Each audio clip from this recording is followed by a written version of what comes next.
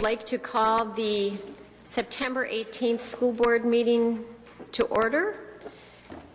May I please have the roll call? Thank you, Chair Wasson. Member Cameron? Here. Member Johnston? Here. Member Casper? Here. Member Murneke? Here. I am here. Chair Wasson? Here. Member Westholm? Here. Superintendent Gronseth? Here. Let's see. Deputy Clerk Hansen? Here. Secretary Thibault? Here. And then Student Representative Livesey? Representative, let's see, right here. And Representative Pendleton. Here. Okay, we have a quorum, Chair Wasson. Thank you. Please join me in the Pledge of Allegiance. I pledge allegiance to the flag of the United States of America and to the republic for which it stands, one nation, under God, indivisible, with liberty and justice for all.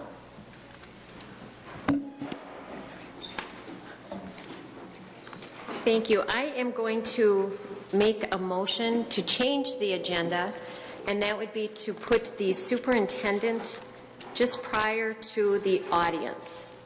Do I have a second? Second. Seconded by Member Saliga-Punko. Any discussion? All those in favor of the motion, please say aye. Aye. Aye. That carries 7-0. Thank you. Now may I have the approval of the agenda? So moved. Moved by Saliga-Punko. Is there a second? Seconded by Member Murneke. Any discussion? All those in favor of approval of the agenda, please say aye. Aye. Opposed? That carries 7-0. And now we're moving on to the approval of the regular school board meeting of August 21st, 2012. Motion? So moved. Moved by Saliga-Punko. Is there a second? Do I have a second to the motion? Seconded by Member Westholm. Any discussion? Member Johnston? Yes, a couple items on page, this is minor on page 4. It has policy 4211. I believe the policy was 4171.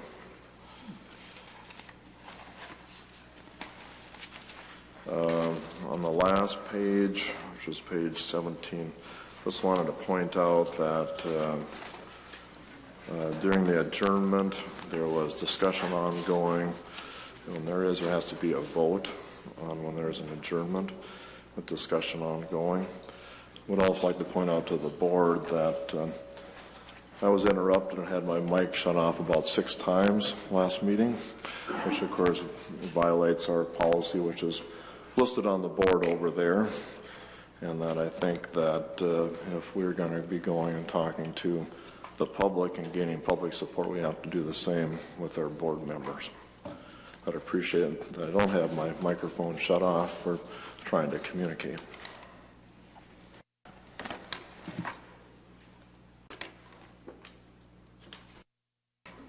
Any other comments?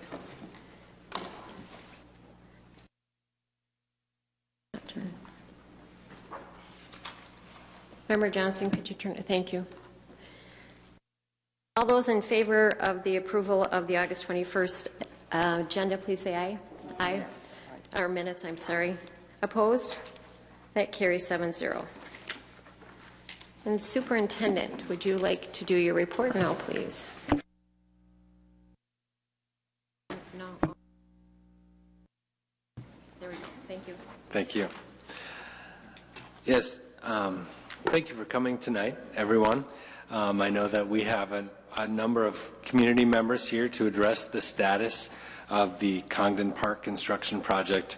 And I'd just like to give some information and a little background before we begin.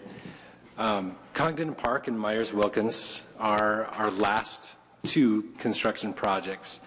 And before we started the bid process, late spring, early summer, at that time, the estimates, not the bids themselves, but the estimates that I was getting would have put the projects over $1 million over budget. And so to address that projected overage, we identified items within both of those projects that could be considered as add alternates. In other words, items that could be added back into the construction work when we had a better idea when the actual bids came in, if they were coming in at or below budget. Some items, like the kindergarten addition, the chillers, were originally part of the base bid before we made them alternates. They're basic to providing a safe and comfortable environment for our students, and they're items that we knew that we'd be asking you to consider first should the bids come in favorably. Others, like the retaining wall, to add more usable space to the recreational fields at the school, were not part of the base bid. They were add alternates from the beginning, and they remain so. Others, like a retaining wall, will be looked at in the future. So far, we've been really fortunate. The bids have come in below that estimated cost, so they're not the million over that they were initially estimated. They're reachable. And with that in mind, tonight we're recommending 3 Congdon Park add alternates for approval. And those are the kindergarten addition, the chillers, and the skylights. And these were all originally part of the base bid. There are items that remain on the add alternate list, and we will talk about those in the future, including a retaining wall, when the project is a little further along and we know if there's contingency monies that remain. In discussing the retaining wall, I know that we've been working from a rough estimate that was provided by Krause Anderson, and I've already met, and I believe it's time to get a firm estimate on that work. I've requested that the specs be drawn up for the engineering of the wall so that we can go out for bids and get a firm number to work with, so that when we do have those discussions, we know exactly the amount that we're talking about. And when we're farther into the project and know with more certainty that contingency funds are available, we'll have those discussions, just as there have been for other projects regarding what alternates could be added at that time. And I've gotten requests, I've gotten your emails and your phone calls, and I thank you for your input. I understand that there's conversation about adding more playground apparatus, and especially about what's become known as the rope cone. It's a climbing apparatus, and also about more blacktop space for basketball standards. And we'll be holding those meetings with the school staff and the design team that originally met and the recreation team that met to really have those discussions about what that space is used for. So I just wanted to give that kind of update on where that project is, how we got where we are tonight, and where we stand with the discussions on adding a retaining wall to that project.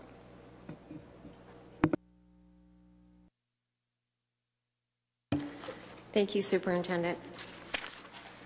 We'll now move on to the audience and a few pieces of advice. Everyone will be given 3 minutes. Member Saliga Punko will put the timer on, and there is a light that comes on at 30 seconds that tells you your time is just about over. When it's done, it flashes to the red. We ask that you're civil and that you do not partake in any disparaging remarks towards anyone or any certain groups. Our first speaker tonight is Michael Almond, and I'm sorry if I have not pronounced your names correctly. If you could help me out, that would be great. Thank you. Good evening. My name is Michael Almond, and I'm here representing my daughter Samantha Almond. I met with the superintendent about 2 weeks ago about my daughter's early enrollment into kindergarten. Mary is 4 years old, as I said. She'll be 5 next month. We went through the early application process, which I, in the beginning, believed to be biased and to be unfair and unjust. One of the stipulations in this test was that Mary knows 90% of 100 sight words, which, from my understanding and from what I have questioned kindergarten teachers about, no kid is leaving kindergarten with 90% of 100 sight words. Mary scored 102 out of 119 in her IQ test, her evaluation. Mary is socially, mentally ready to be in kindergarten. The option was put forth to me that Mary go to school for 6 weeks and be reevaluated at that time when the kids are reevaluated. I understand the superintendent spoke to, I don't know who he spoke to here at this board, but Mary was then denied. So I believe that my child has been put back when she should be in school learning to read, learning to be a student, and to become what I believe to be a very smart individual. Several issues I had with her test. One was, and this is from the psychologist, she said that most kids are reclusive when they come in to take this test.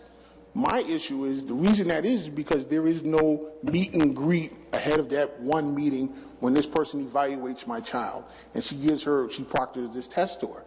If the child met this person, built some type of rapport with the person, then the kids, from what I understand, 1 out of 8 kids would not be so reclusive, because there would be a minimal of some form of relationship. Then somebody showing up, you go into the room, they close the door, never met the person, and you give them a test. If you're in high school or going to college, that's one thing. But we're talking about kids, kindergarten. And I'm asking that this board give my daughter the opportunity to go for 6 weeks, be reevaluated, and let her show that she should be in kindergarten. I'm not asking for, like I told the superintendent when we talked, I'm not asking for my kid to go from junior high school to high school, or to be done with high school after her junior year. I'm asking for my 4-year-old child to go to kindergarten, where they can start learning, start being productive. To me, this whole kids left behind thing, that's what I believe just happened to my daughter. She's been left behind. She has the ability as a 4-year-old to interact with other 5-year-olds for a month, as opposed to being a 6-year-old dealing with 5-year-olds. Mr. Almond, if you could wrap it up now, that would be great. That would be fine. What I'm just asking for is this board to allow my child to go to school for those 6 weeks and to be reevaluated at that time. She has the ability, and she should be given every opportunity and every right to do so. Thank you. Thank you. Our next speaker is Sue Van Oss.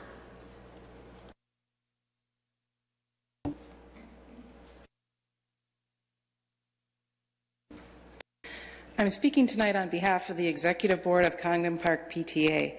My statement does not come from the entire membership, because that would have required a special meeting being called and a vote taken on any statement, and that has not been done. So I just wanted to be clear that this is the Executive Board of the PTA. Our board members, however, strive to listen to the voices of our membership and convey information where it is appropriate. Our PTA's mission is to serve and support the entire Congdon Park community while advocating a positive, peaceful, and successful school environment for students, families, and teachers. Our school has the second largest elementary student population with 532 students this year, yet we have the smallest playground area. Because of our large population, one of the elements of the renovation plan is a new kindergarten addition, which is greatly needed and seen by many as a high priority. Because of that addition, though, the current blacktop space will have to be reduced even further, eliminating the basketball play space and other blacktop game space. Congdon Park also will not have as much apparatus as the other schools with the current plan, as Superintendent indicated tonight.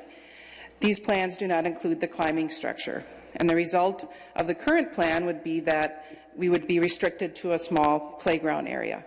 I really appreciate the update tonight of the superintendent, and as a member of the design team, I was very glad to receive an email today that a design team meeting would be scheduled, and we can work together to address these issues and look forward to the discussions ahead, and working with the district to come up with the best solution possible within budget. We just feel it's important that as much space as possible is made available for the physical education needs of the entire student population of the school. The PTA serves as an advocate for the educational needs and well-being of every child. We strongly support the district providing adequate space in the renovation plans so that every student can have physical activity and exercise as part of their school day. Physical activity plays a crucial role in improving the learning ability and development of children and should be available to every child at the school. We support the expansion, not reduction, of playground space for the children. And we hope that the current plan could be amended so that the playground space that has been lost is put back in, and then additional space be considered as budget allows. We also support making sure that the entire Congdon school community is kept informed of these decisions and has the opportunity to express their opinions. And again, I want to thank the superintendent for your update tonight and for the chance to continue the discussions and come up with the best solution possible. Thank you. Thank you. Our next speaker is Sandy Bacon.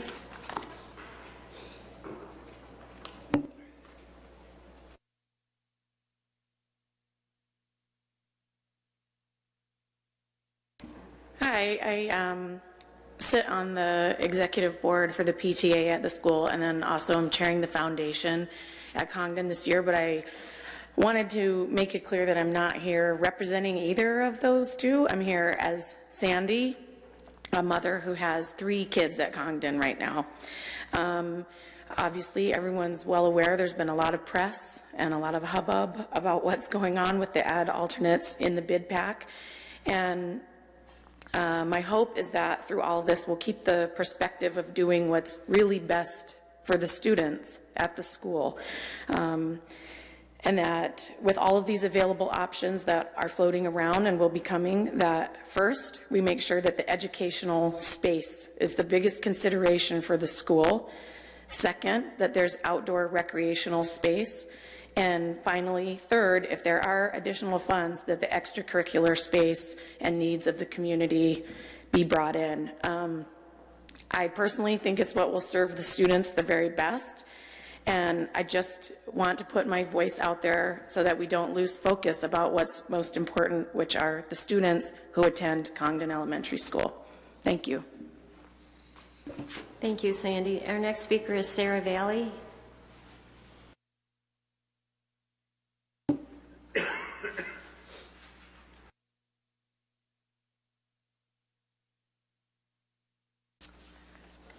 Hi, Sarah Valley. I know it's been a while since I've been here and I'll spare you the singing, but I thought I'd do a dance.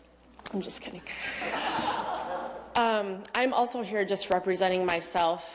I kind of come full circle. Last year I was here representing Save the Rinks, to really save the rinks, and now I'm just here to save the space. Whether or not in the end it's flooded, sodded, remains dirt, that's really not the issue right now. Right now the issue is to get just the optimum amount of space. Like the PTA is talking about the playground and we're talking about community uses, and we're so limited. So let's not forever change the landscape of what the neighborhood and the community and the school has come to know when they drive by, which includes, outdoor winter activities, as well as great community gathering space for the playground and things. So again, thank you for clarifying, Superintendent Gronseth, about what is going on. It's helpful, and it can be really confusing as months go by and things go by, so thank you for clarifying. So I guess really I'm just here as a reminder. As you can see, we have more people here than we have before too, just to say this space is so important to us, and when we can have a voice, we want to show that, which I think we have. So just a reminder to, as you proceed with the year and budgets come in, that we really take a look at what's best for the city and the community and the neighborhood so we can get more young families staying here and going to school in our schools. Thank you. Thank you, Sarah. Our next speaker, I will not do very well on the last name, Ann Hinderlich. I'm sorry.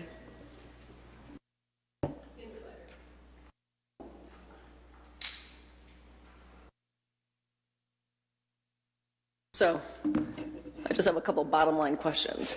Looks like most of your data for Congdon, the budget has been encumbered, and right now outstanding on kindergarten, you have approximately $255,155. Skylight is $83,389. Chiller, $152,863. So my question with regard to that is, because this then, once it's encumbered, you only have $500,000 contingency. So I would assume that there's specs on the chiller. It has to have a certain performance. That's a number. Your system is completely constrained. You've used up all the money. So this makes it very easy in terms of a calculation, which, by the way, is what I do every day. So my question is, how many kids will be impacted in the kindergarten edition? Because you have 530 total students at Congdon, what approximately is the second largest school. So which fraction of those will be impacted by kindergarten versus the total population in terms of the school ground versus the skylight? Chiller, does it need to be that size, or is it a full? What's the efficacy of this? So, I mean, at this point, I just want to talk bottom line. People can talk. I want some data, because I bet you it could come up pretty quick to what is possible in terms of the retaining wall. Talk is nothing. Numbers mean something. And so that's my question. I want to know if I can see the numbers to see, like, what would happen if, in terms of skylight, smaller chiller, if there would be other money available. So, oh, and as a brief aside, part of my NSF grant, it showed quite blatantly by the National Academies of Sciences that women and students of color underperform when they feel like they're an outsider, especially in a mathematics vocabulary test. So you should look that up. Thank you, Ann. Our next speaker is Lauren Martell.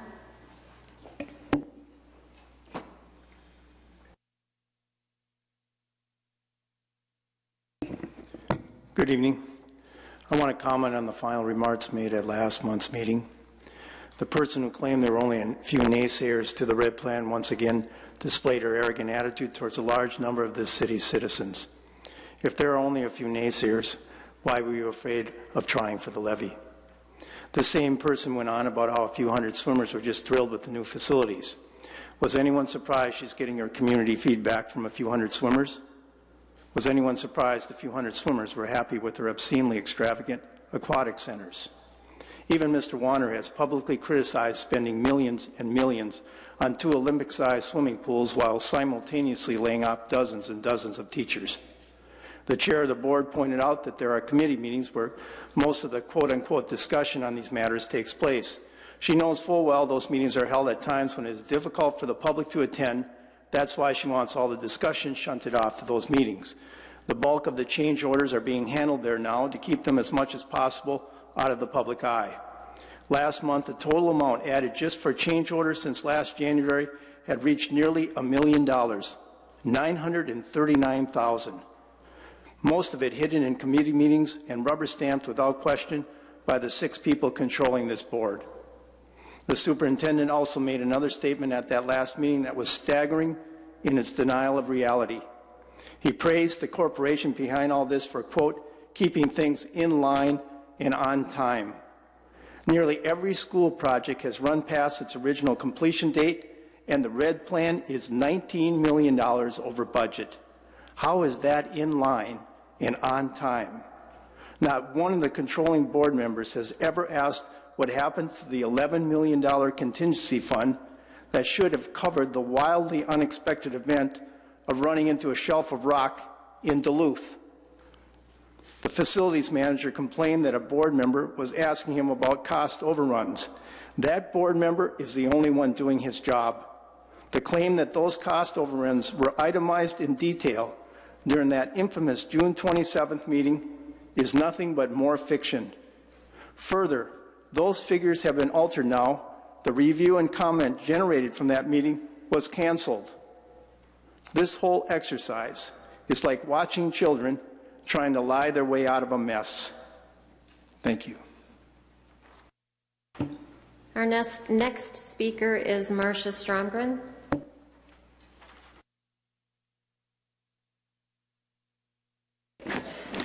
Good evening, board members, Superintendent Gunseth. Broken promises. Resale of buildings to pay down the cost of the red plan. Gee, we sold Lincoln for $1. I don't know, that one is valued about $700,000. Kenwood, $230,000 or around there, valued at about $650,000 to $700,000. Woodland, $3 million, valued at $6.9 million. Laura MacArthur, torn down for probably about $600,000 to $700,000. And recent sales of homes for several $1,000s less than their original price we paid to the owners. Smaller class sizes. Teachers' own words. 44 students. Used to have 31 in her class on average. Parents, Denfeld students. 50 and 47 in their kids' classes. Energy savings. Well, with major glass applications on more than one building, that's an issue that remains to be seen. And on the heels of the tour this last Sunday, Tom Cannon, a former classmate of mine, became a swim coach in Monticello. He developed a swim team. Not too amazing until you know the rest of the story. No swimming pool in the district. They used the Y. We have 2 8-lane swimming pools, and I hope we have hundreds of Olympians, because I am paying for this big time. And gee, I heard Bill Hansen say they're going to go for the max 10% increase in my taxes again. Gee, the city and the county are only asking for 1.5%. Our next speaker is Sue McClernand. Sorry, Sue.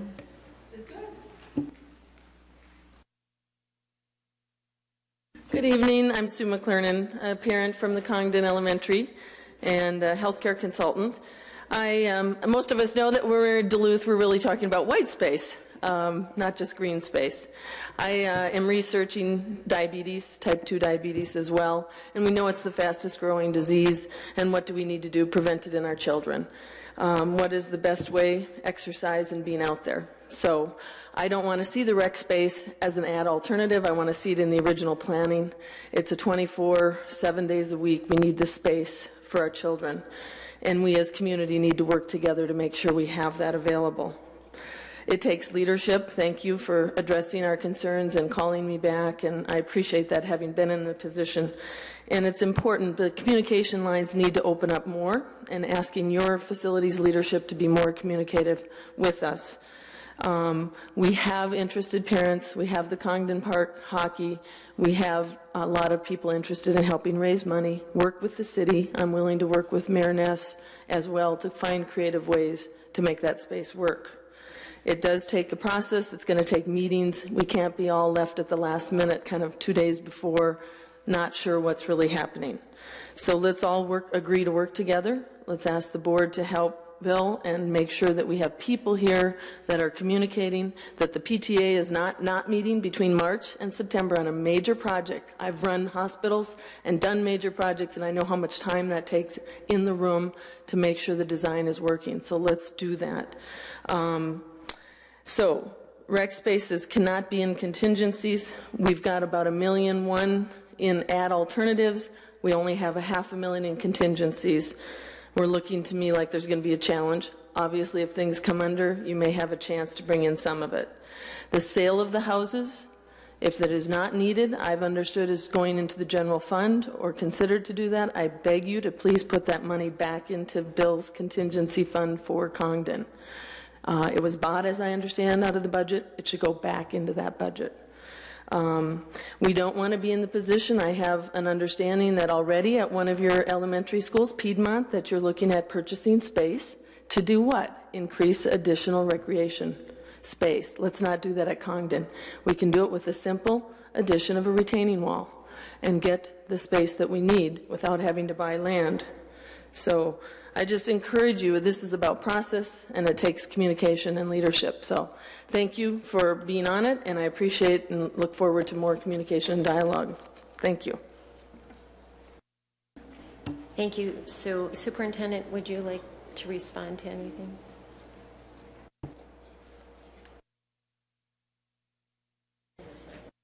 There is it.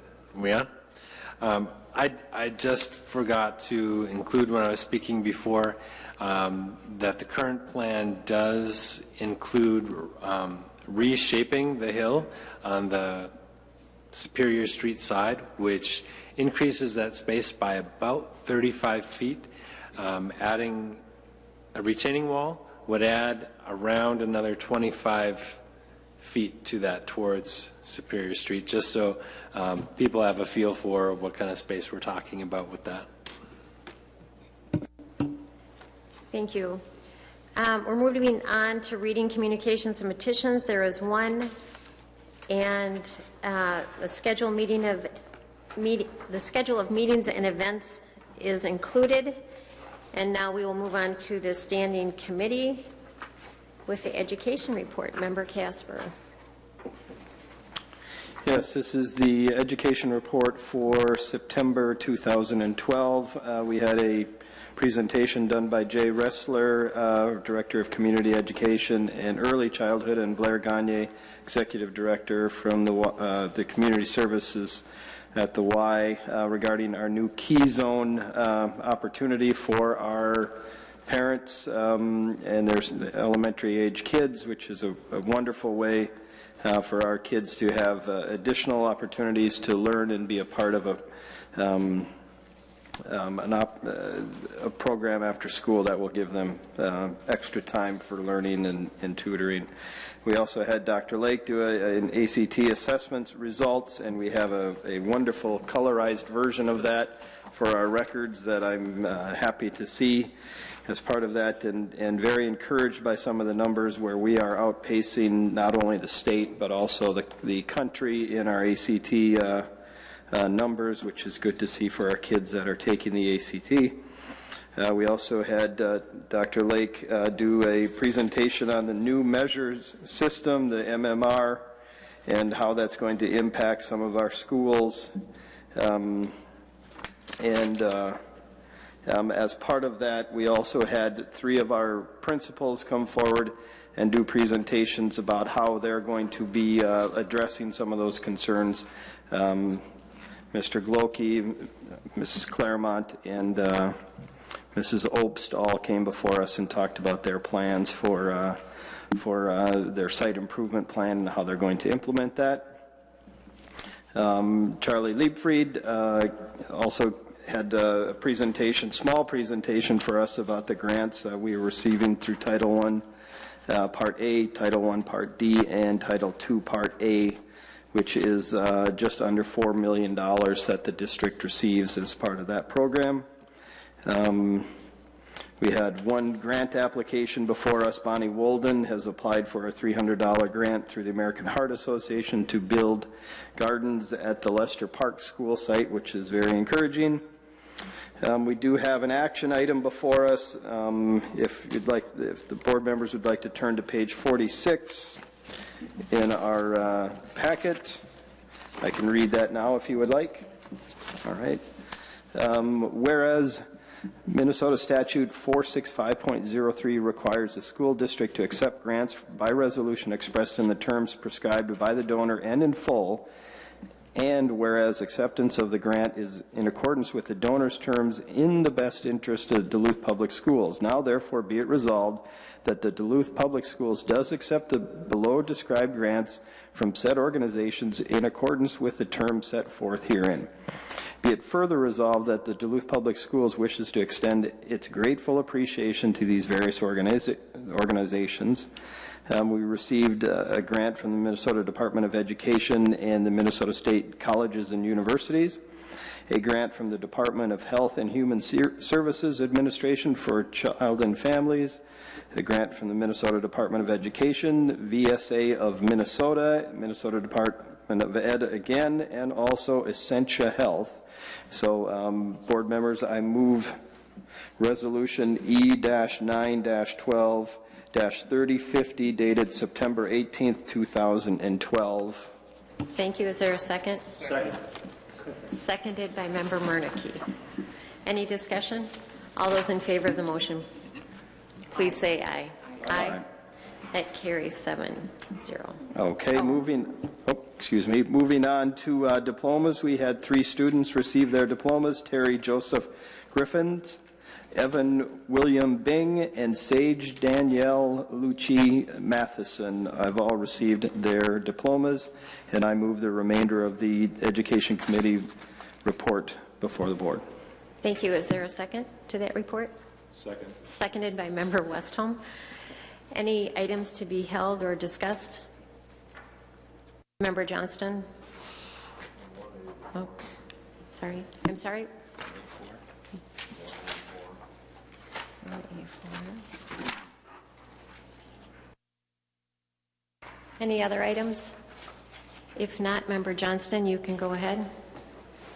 Sure, thank you, Madam Chair. Just want to talk a little bit so the community knows what's going on here. We've got one focus school, 2 priority schools, or maybe I've got it backwards. And the concern that I've got here is that these schools can sometimes rating schools like this can have a stigma. I just want to make sure that the community knows that I don't think that these assessments are accurate. I don't think they reflect our students, nor our teachers, nor our staff. I think all those are doing exceptionally well in Laura Mack, Piedmont, and now the new middle school, Lincoln Park Middle School. Having said that, the principals have met with us. They had, even though everybody thinks that some of these things are somewhat unfair, they are certainly rising to the occasion and doing lots of good contingency plans, working with the Minnesota Department of Education. And I'd like to comment the principals of those schools for doing a fantastic job and looking at this, even though we all think that some of these measurements are maybe not quite fair. So I just want to compliment the superintendent for working with those principals to working on that, and also complimenting him on getting, I think, $1 million grant on Laura Mack to help implement some of those programs. So thank you, superintendent, and your staff. Any other items?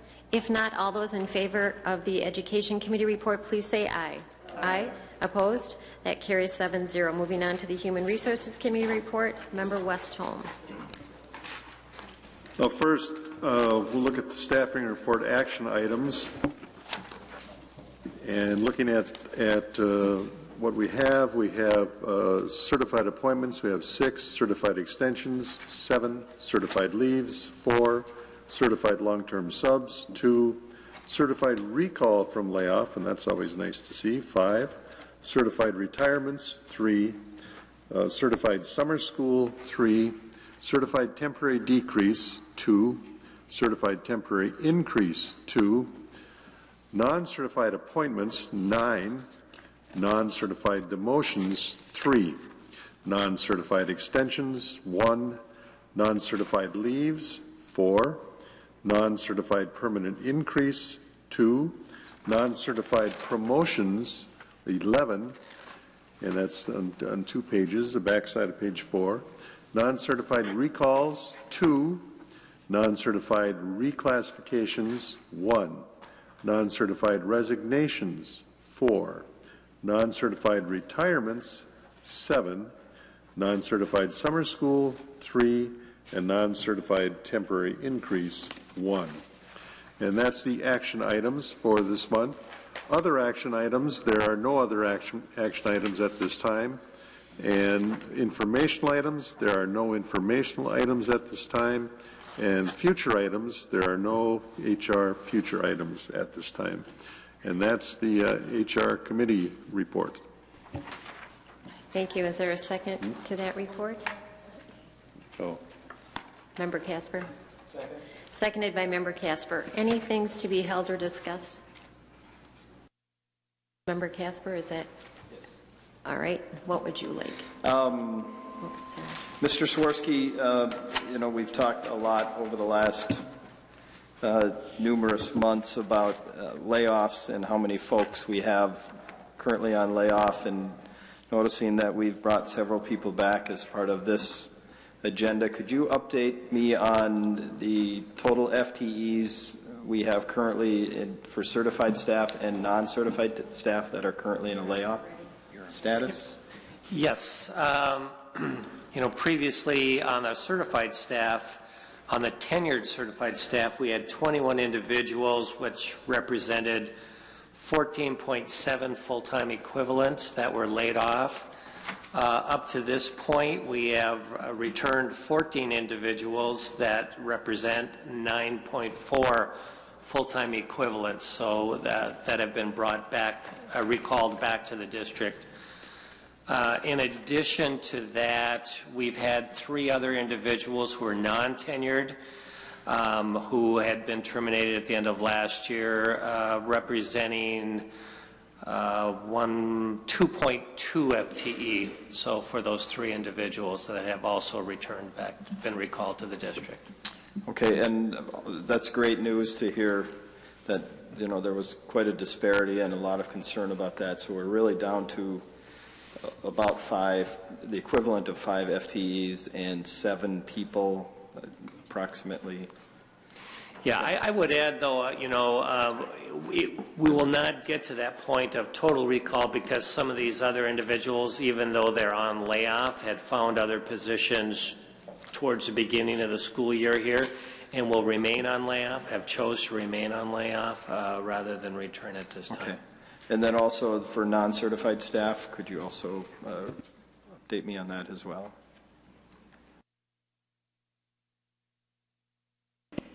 Or update the board, I'm sorry. For the non-certified side, as far as the FTE and the nature of the appointment, they are irregular. They're not at a 1.0 for the majority of them. But in June, we had a total of 21 that was laid off. And at this time, we have returned 11 of them. So we still have 10 on the reemployment list at this time. Okay, thank you. Thank you. Any other questions about the HR committee report? If not, all those in favor of the report, please say aye. Aye. Opposed? That carries 7-0. Moving on to the business committee report. Member Saliga Punko. All right. This is the Business Committee report for Tuesday, September 18th, 2012. And board members, you'll notice that there were some of the other papers that were in your green folders. So there were a couple of things that we didn't have and we do now that we just had been emailed to us. Okay, so we have the usual financial report, all of that, number 1. And 2 are bids. A are bids for Congdon Park, and one of the items is the placeholder number 2 for snow plowing services, so you all see that. Number 3 is the data center co-location services. It's recommended that the Duluth School Board approve the contract with Involta in the amount of $294,044. RFPs, and you received this information too. The first RFP was for 293 group fully insured life insurance. And you received that, and you had a chance to look through it. And then number 2 is RFP 294, the group fully insured long-term disability insurance. And then we go down to, there are no policies and regulations, and go down to number 4, contracts, change orders, and leases. And you received information too on A1, the Lake Superior Swim Club. B, change orders we have for the Eastern Middle School or Dean East. And Eastern High School or East High School. And number 3 is West or Lincoln Park Middle School. And then we have number 4, bid number 1222 for Congdon Park Elementary School. And bid 1223 also for Congdon Park Elementary School. And then leases for Rico USA, and it is recommended that the Duluth School Board approve a lease agreement between ISD 709 and Rico USA with terms as described and authorize the school board chair to sign the lease agreement. Then we go into resolutions, and the first resolution A, I know, Mr. Hanson, you sent a note to us about that still need to work with Department of Ed, right? So we're taking it off. Do we need to do a resolution at all, or we can just take it off? That's correct. That's correct, Member Saliga Punko. I am recommending that we pull this item from consideration tonight. As I noted in my correspondence to the board on this matter, that we just have a lot pending on that with MDE, and we hope to continue to work to reconcile that. And I have already discussed with the county auditor the opportunity for an extension, and I think I don't anticipate any issues with that, so we'll come back to you at a later time when we're in a better position to know that our issues that we continue to work to resolve have been satisfactorily resolved with the Department of Ed. Okay, thank you. And so moving on to resolution B, I'll just go on to that. So turn to page 81 for that resolution, and I'll read it. Authorizing the sale of real property located at 5231 Glenwood Street. I move resolution B-9-12-3054 dated September 18th, 2012. Thank you. Is there a second? Member Casper? Second. Seconded by Member Casper. Any discussion? All those in favor, please say aye. Aye. Opposed? Carry 7-0. Okay, and I'll move on. I'm sorry. They must have been in the wrong order. I'll go back to the page 80. There's two 81s, isn't there? Maybe I went to. Okay, resolution. Release and pledge of collateral.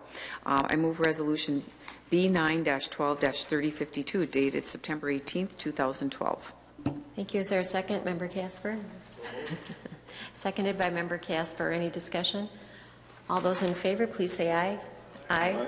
Opposed? That carries 7-0. Sorry, I skipped over here.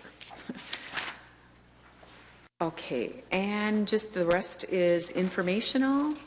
And future items, of course, are our fiscal year 12 financial audit, which has already been in the works. And B is review and approval of the Parks Master Plan for Laura MacArthur and Stowe Schools. So I move the remainder of the Business Committee report. Chair Watson, excluding the resolutions. Thank you. Is there a second?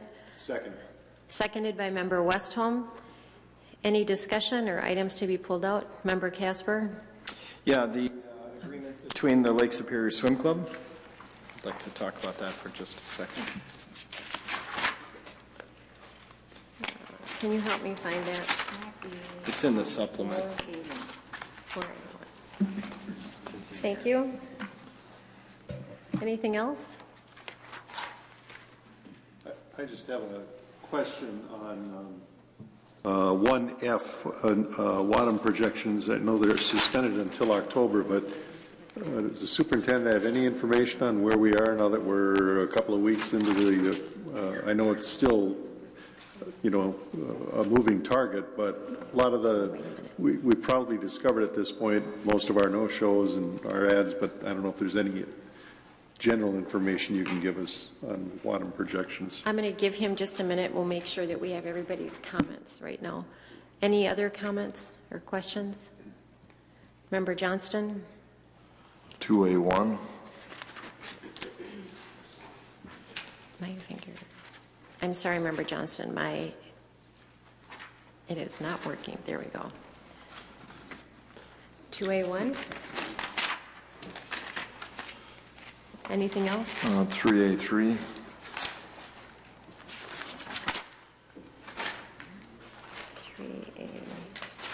3A3.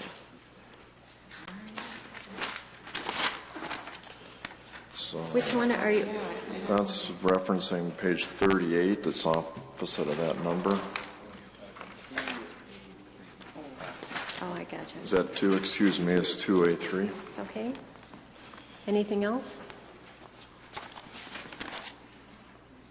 4B3. 4B3. Which is opposite of page 56. right. And 4B4, I'd like to have a separate vote of, also I should have said, a separate vote on A2A1 and a separate vote on 4B4. Yeah, 2A1, separate vote. And a separate vote on 4B5. 4B5. When you say 4B5, oh, I see what you're saying. So the bid for Congdon Park, is that the one? That's correct. Opposite of page 67. Yeah. Were there just those two separate votes? There's three, 4B4, 4B5, and 2A1.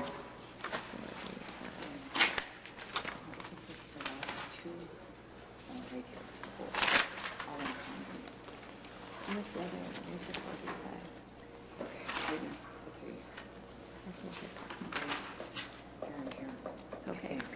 All right. Okay. We will move back to Member Westholm and your question, if the superintendent would like to respond. Your question was about Wadham and where we are with enrollment. We continue this week to firm up those numbers. We are getting much closer to having a solid number. I know that it's down to a few schools tracking down and communicating with families about whether they're here or not here.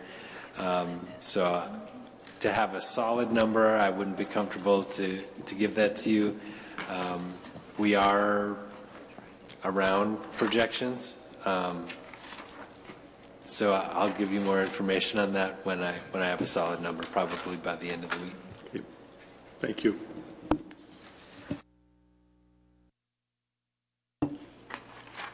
And Member Johnston, did you want to comment on 2A1, or did you just want a separate vote on that? My finger is, there we go. Thank you, Madam Chair. This is the Congdon bid package, number 3. A couple of concerns that I had, maybe a correction or clarification. I didn't realize this. We had a discussion at the committee meeting, and unfortunately we didn't get that more than about a minute ahead of time.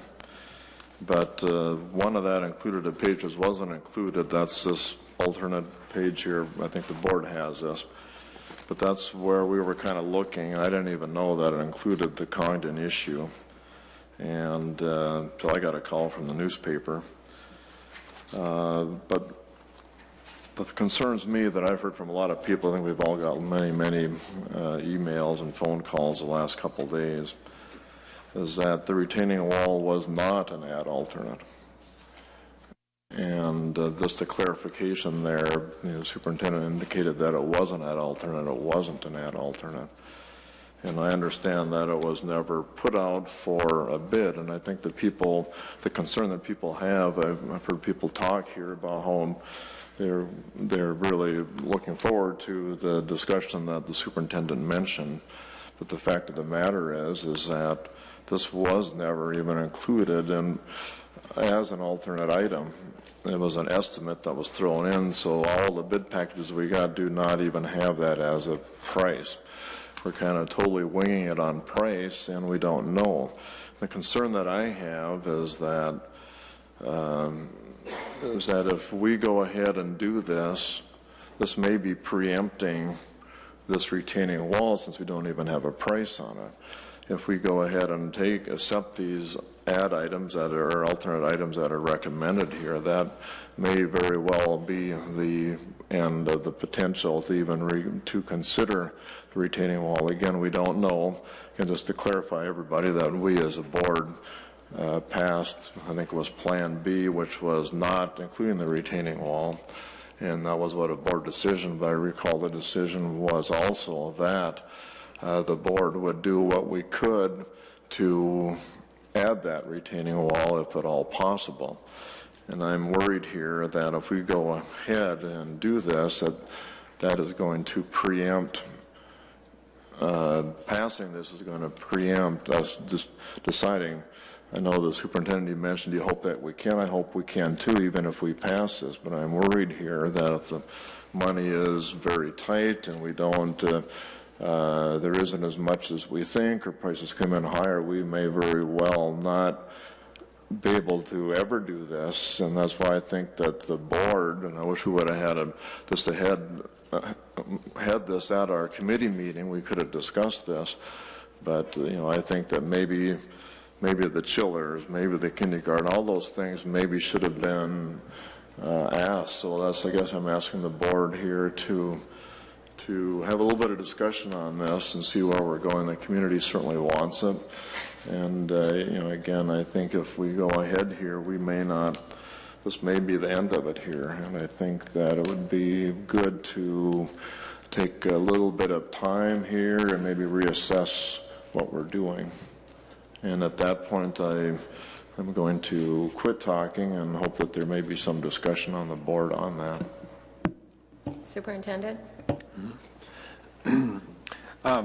I just kind of going back to what I said at the beginning of the meeting, I think it's important to clarify a couple things, that the items that are being added today as ad alternates originally were part of the base bid and weren't initially included as ad alternates. It wasn't until we received the estimates that the project was going to be, that it had the potential to be over $1 million over budget, that we went back and looked at that base bid to see if there were other items that could be included as ad alternates. And so these were things that were taken out of the base bid before we went to bid, in case we got to a point where the bids were so much that we couldn't afford to do any of it and would have to start the bid process all over again. And so we're adding things back to the base bid that were once in it. I think another important thing about these ad alternates are that they are things that would alter what's being done to the building itself. If we didn't do these items now, then what happens to the building would be different than if they are done.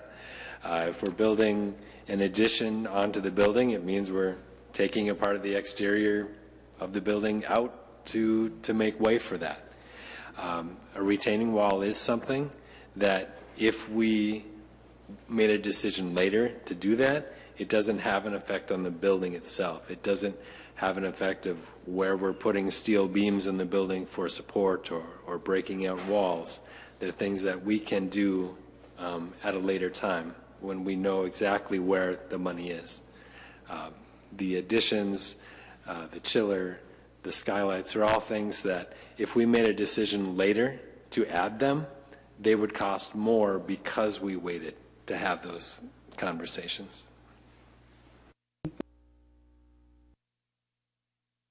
Member Casper? I too am going to express concern, like Member Johnston, regarding ensuring that we do everything financially possible to ensure that some wall gets built on those grounds that accommodates at least some of as much of the needs as we possibly can for that community. And like one of our speakers, Mrs. Valley, referred to, regardless of what happens ultimately on the site, to have as much recreational space as possible on that site is important to the students that attend there, the 530 students, but also the hundreds of families that use that for recreation in the days and the times when kids aren't in school. So I'm going to support what's before us today, but I want us to be very diligent in our efforts to, and I know we will, to try to do what we can to build a wall and to accommodate as much recreational space on those grounds in the future. So thank you. Member Saliga-Punko?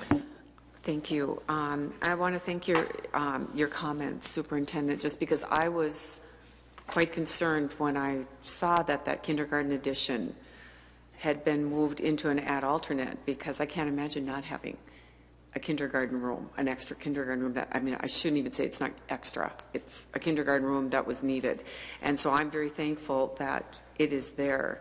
And I know it was part of the base package, and so it is very needed, and so I'm very appreciative that we are voting on it tonight and it's getting done. So thank you. Member Cameron? I just want to say that constituents that I heard from wanted us to take our time on the retaining wall and not to vote on it.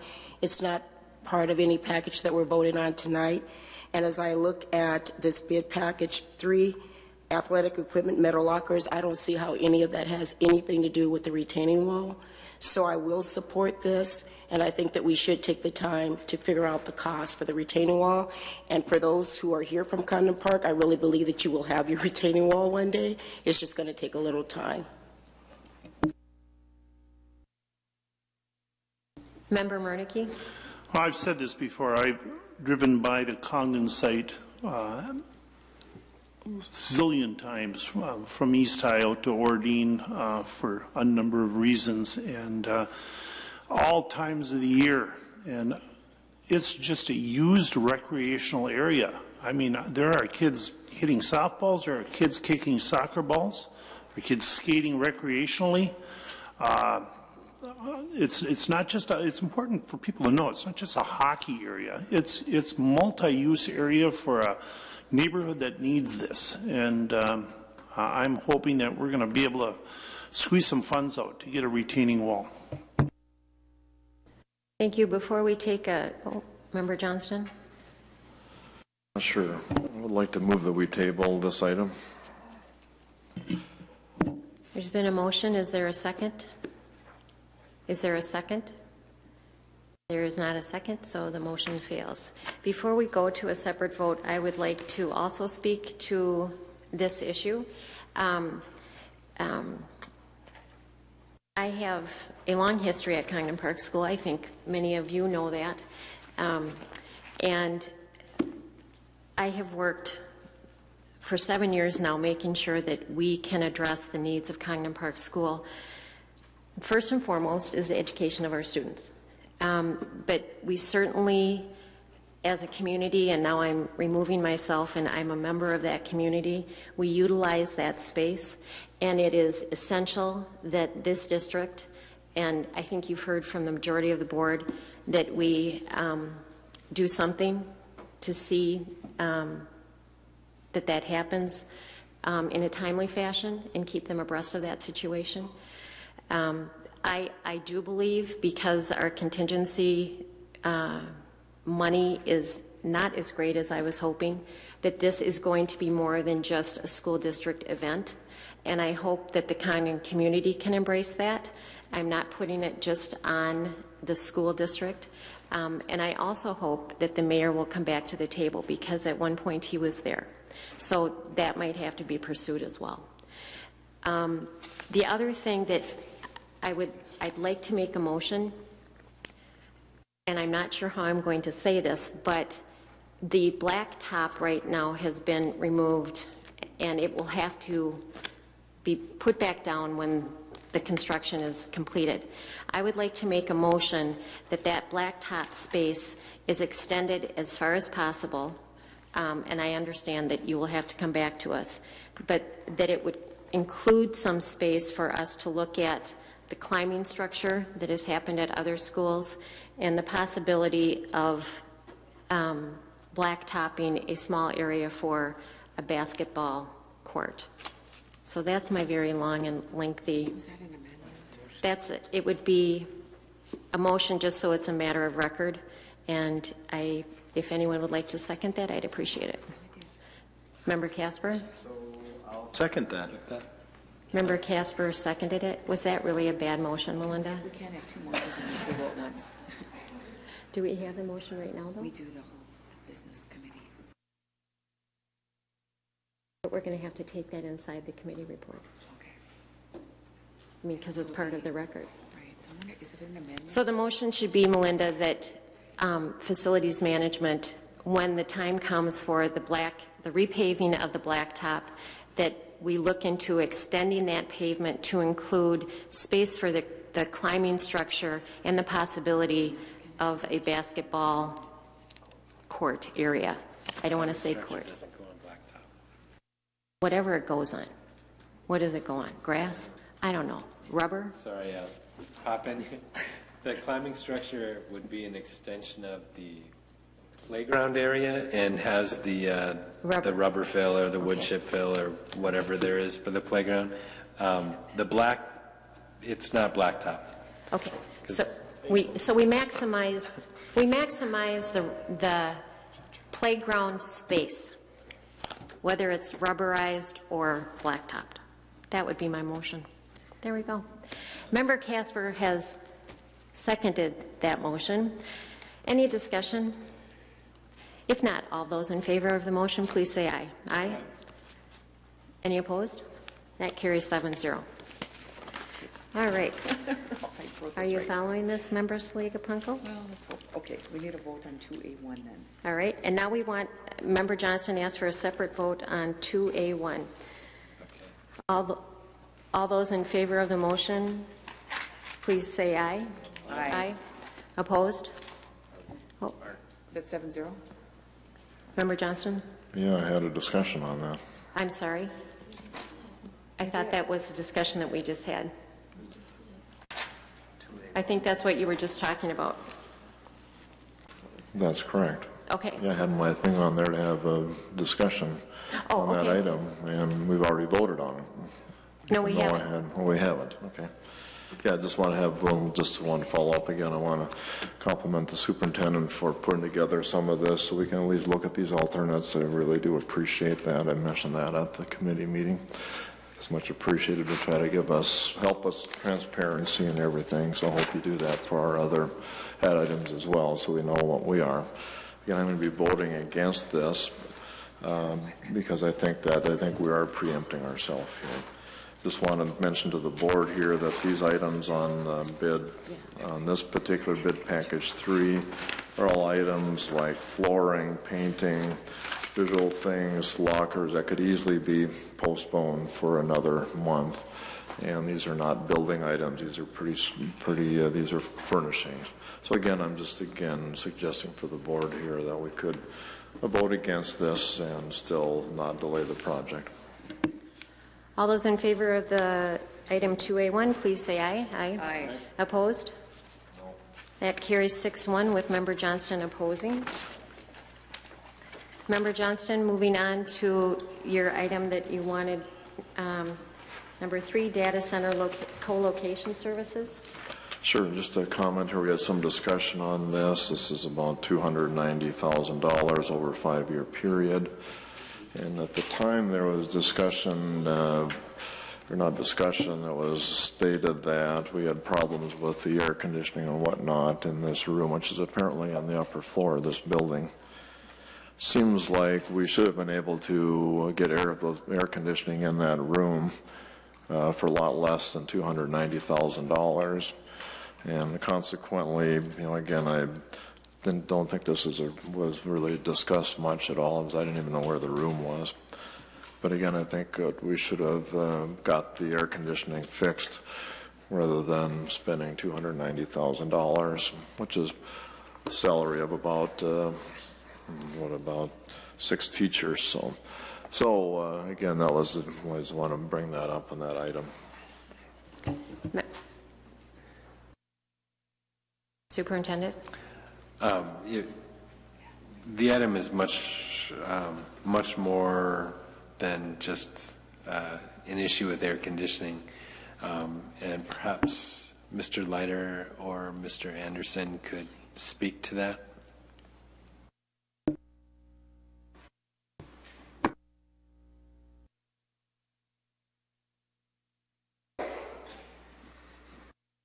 Board members, it is much more than air conditioning. It's a total package. It includes the electricity to run the servers we have in there. It is the electricity to do the air conditioning. It is also rental space. As part of providing that electricity, it gives us 24/7, 365 duplicate power, so we're just guaranteed never to go out. As a cost comparison, we did compare the cost of a build-out of a fairly equivalent, but not equivalent to what we would be renting, facility to match that. And over a 5-year period, it would be much more, cost much more. On a 10-year period, we would start to break even.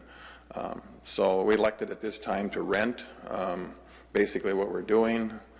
We know that our data storage needs can change because some people are knowing a lot of storage is being done in the cloud, which means Google, for instance, could be providing a lot of our storage. So our needs could decrease in the future, and this would allow us to decrease costs, whereas if we build a static one, we'll always have those costs.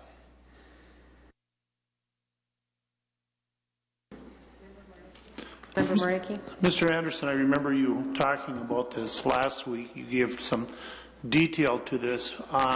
So we know that having it in-house, there's a great deal of heat generated. There's certainly a lot of equipment. We have a limited staff, and there's 2 questions I have. The first one is maybe you can relate to us some of the problems we've had with shutdowns. And secondly, going to this new data center, will it increase our capacity, our memory, and our service? As part of this cost, we will be increasing our capacity when we add our new data storage and record retention capabilities. But you're right in that the new one with the power guaranteed and duplicate backup systems, ours doesn't have that. And I don't know, for those of us that work downtown here, know we have a lot of power blips. Every time, it seems like about half the time we get those power blips, it affects our servers. And with a room that is constantly overheating in the summer, because it wasn't designed well to begin with, and with these power blips, our servers and equipment in there, we know the life has been shortened probably 10 to 20% over these issues. So we feel our equipment over there will easily make end of life without having to be replaced earlier. Thank you, Mr. Anderson. Thank you. Member Casper, your item. Yes, Mr. Hansen, could you, I briefly read the contract with the Lake Superior Swim group. Have we discussed, I know when the folks came before us, it's probably been over a year since they were before us and made an initial presentation to us about this agreement, and there was a lot of excitement and a lot of interest in this relationship. Has it been, and at that time we talked about some opportunities for open swim and for family swim and things like that was going to be made available. Has that schedule been hammered out yet, or have we gotten an idea of how many hours a week outside of school time or even during school time, however that's handled, that those facilities are going to be available to the public? Basically, Member Casper and members of the board, we do not have a specific schedule at this point in time.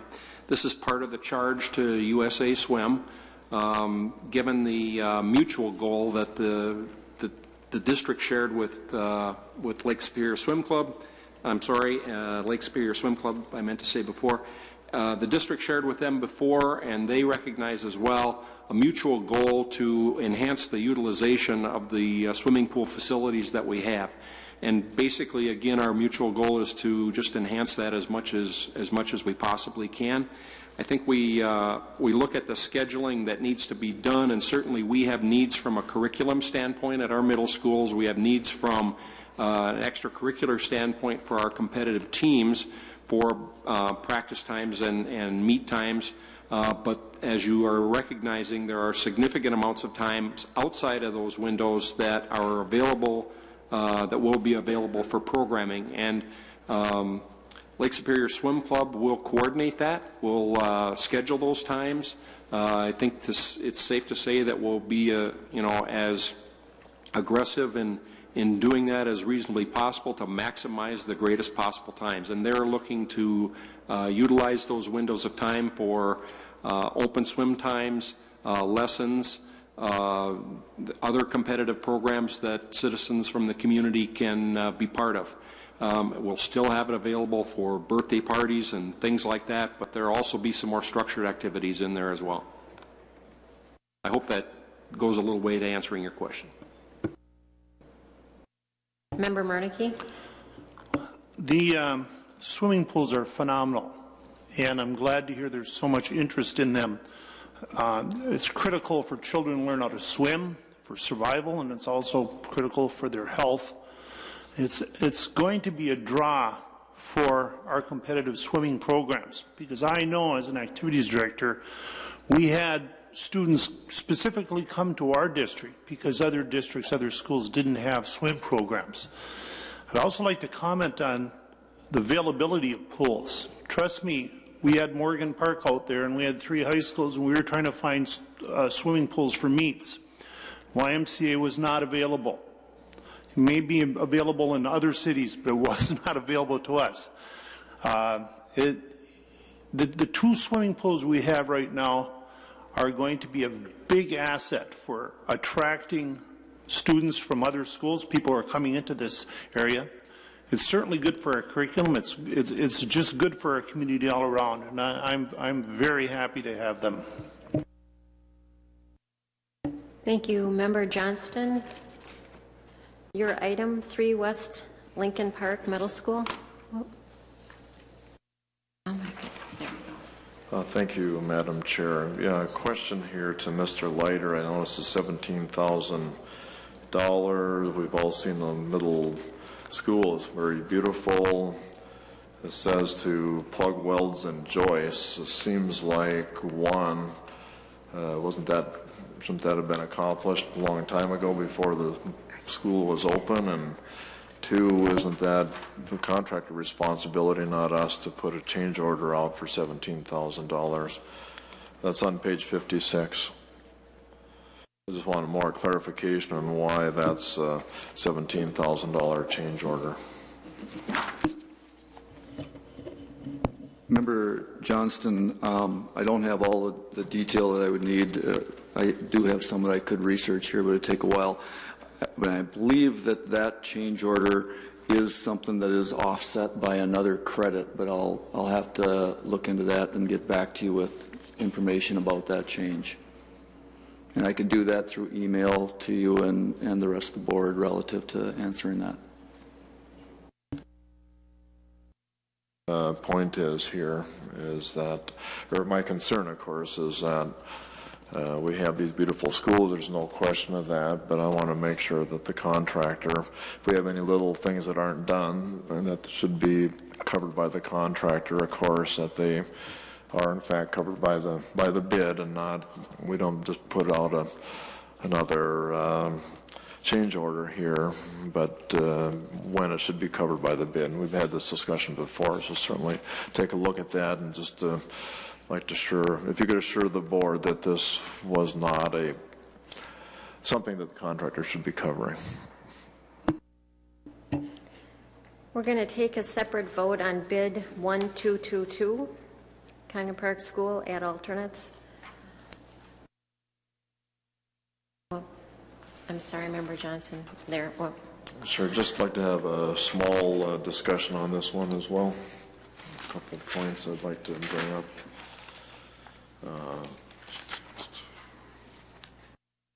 Again, could I just get a clarification of what the plans are? Are the plans that are ongoing now as the board passes? When I would go out there, I see the slopes are all manicured and whatnot already. Doesn't look like any slopes were pulled back at all. And just a question here, where are we at on those plans? Are they in fact what the board passed whenever that was last spring?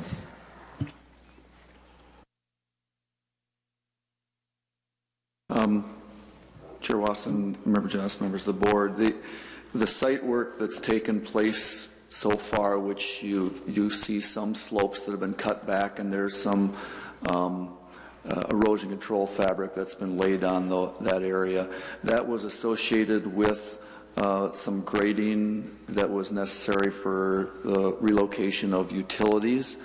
The majority of the grading that was part of our base bid that moves the toe of the hill towards Superior Street has not been done yet, and that'll be some of the last site work that would be done, and that would be done next summer or spring, depending on conditions in the spring.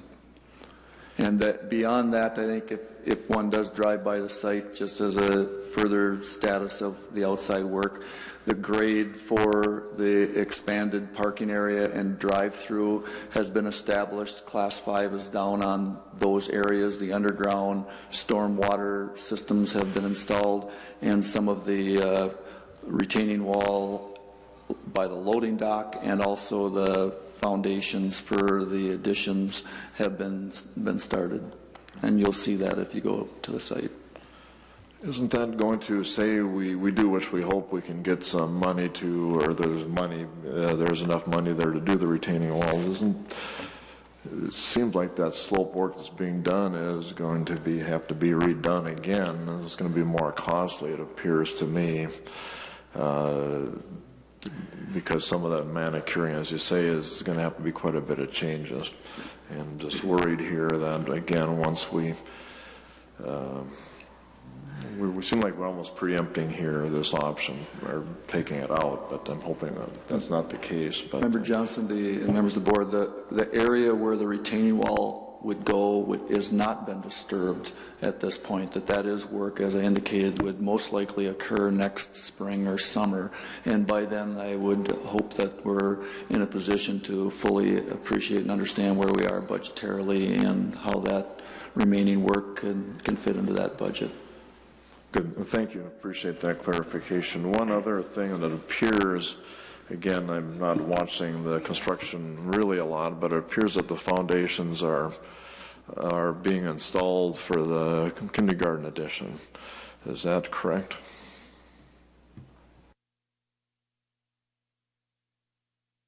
Member Johnson, member of the board, yes, in order to proceed with the timelines and have that addition considered for next September, we did authorize the contractors with the footings to proceed. That contractor is done essentially with that work this week, and schedule-wise it was required. So it is here as a change order for the board to approve, and is typical, I think, with some of our change orders that we process where the board is actually approving changes after some authorization was given in order to complete schedule.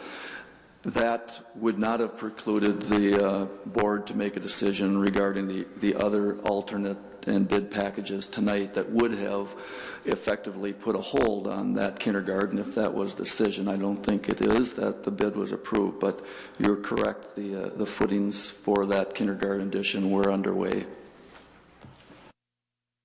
That was my concern, and is that not part of this bid item? Just to clarify that, isn't that what we're being asked to approve? And what I understand, that part of this bid item, or these alternates, have already been given the go-ahead to proceed with the construction before we've given the approval. There's 3 bid packages, and there's the alternate number 1 in each bid package. Relates to the kindergarten. There's different, within each bid package, there's multiple contractors that have contracts, and the authorization to proceed was limited to a contractor, and it was relating to the footings and foundations. So I don't believe it preempted the board's action relative to the other recommendations. It was a change order to a previously approved contract. Well, I understand that, but it is part of the alternative bid here. One of these items looks like WS number 1, whichever one it is. This was, again, you proceeded before you've got board approval. Member Johnson, members of the board, if I could clarify our procedures that I understood was the authorization provided by the school board relative to change orders, that the board recognized that on a monthly basis as it meets to consider change orders, given the nature of construction and decisions that are made every day relative to how we're proceeding with construction, things that are required in order to maintain schedules and continue to progress with the project, that administration, myself included, along with our construction managers, are making some decisions on providing authorization to proceed on change orders. And where that authorization is given, there is ultimately an action by the school board. And either it's done through the school board's resolution, where the superintendent or director of business services can sign off on those change orders, and then it comes to the school board as an information item, or it can come to the school board as an individual action item. In those cases, it's been where the change orders exceed 15% of the total contract value. In both cases, typically the action has been authorized to proceed. The work is already underway. This is a situation I'm putting into those categories. We did authorize the footings and the foundations for that addition to proceed. And that was something that we needed to do in order to keep the project on, have a chance to have it on schedule related to that addition. So that was a decision that was made, an authorization that was given by administration. And so I hope that explains where we are with that. Well, unfortunately, it does. Not a very good explanation. I don't think appropriate, but what else is new? All those in favor of this separate motion on bid 1222, please say aye. Aye. Opposed? That carries 6-1. And we'll take also a separate vote on bid 1223. Discussion, Member Johnston? Yes. Madam Chair, I just realized I wanted to have a discussion item 6D. Could you add that to our list?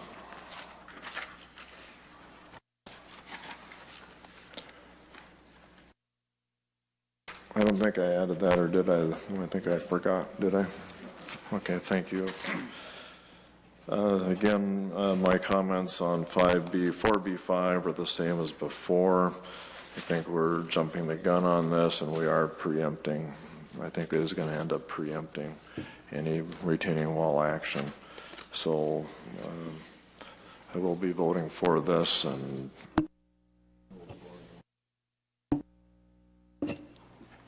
all those in favor of bid 1223, please say aye. Aye. Aye. Opposed? That carries 6-1 with Member Johnston voting against it. Member Johnston, item number 6D. Facilities management report. And just bringing this item up here, again, we had a correspondence from the public talking about our change orders being to the order of $1 million. And again, I've repeatedly asked the administration to give me lists of change orders, and I've been repeatedly denied that. When I say that I can go out and get them, that's fine, but it seems to me that the administration should know what these change orders amount to. This is another case in point where I don't think the administration is. And when I see what happens on things like Congdon, there's enough being paid attention on what the change orders were for the other schools, and I think we should do a better job on that, and I will be continuing to ask that. And I don't think I have to add it up. This administration should know that. Seeing no other discussion on the Business Committee report, and we have a motion and a second. All those in favor of the Business Committee report, please say aye. Aye. Opposed? That carries 6-1 with Member Johnston voting against the report. We have no special resolutions, questions, or others. Member Cameron? I regret that I was not able to be at the Education Committee meeting on Tuesday because I've been waiting to look at our alternative plan to No Child Left Behind. And so these definitions, are they state definitions? When I look at reward schools, celebration school, continuous improvement schools, focus schools, priority schools? Yes. Okay. So when Member Johnston made the comment about putting labels on schools. To me, it's no different from what No Child Left Behind did with AYP, and I think it's relevant that we know what these terms mean. So I hope this information is available to the public, given the comments that Member Johnston's made, and I hope that we take this to heart and help those students who are not succeeding. So looks like a good report. I'm going to enjoy reading it. Thank you.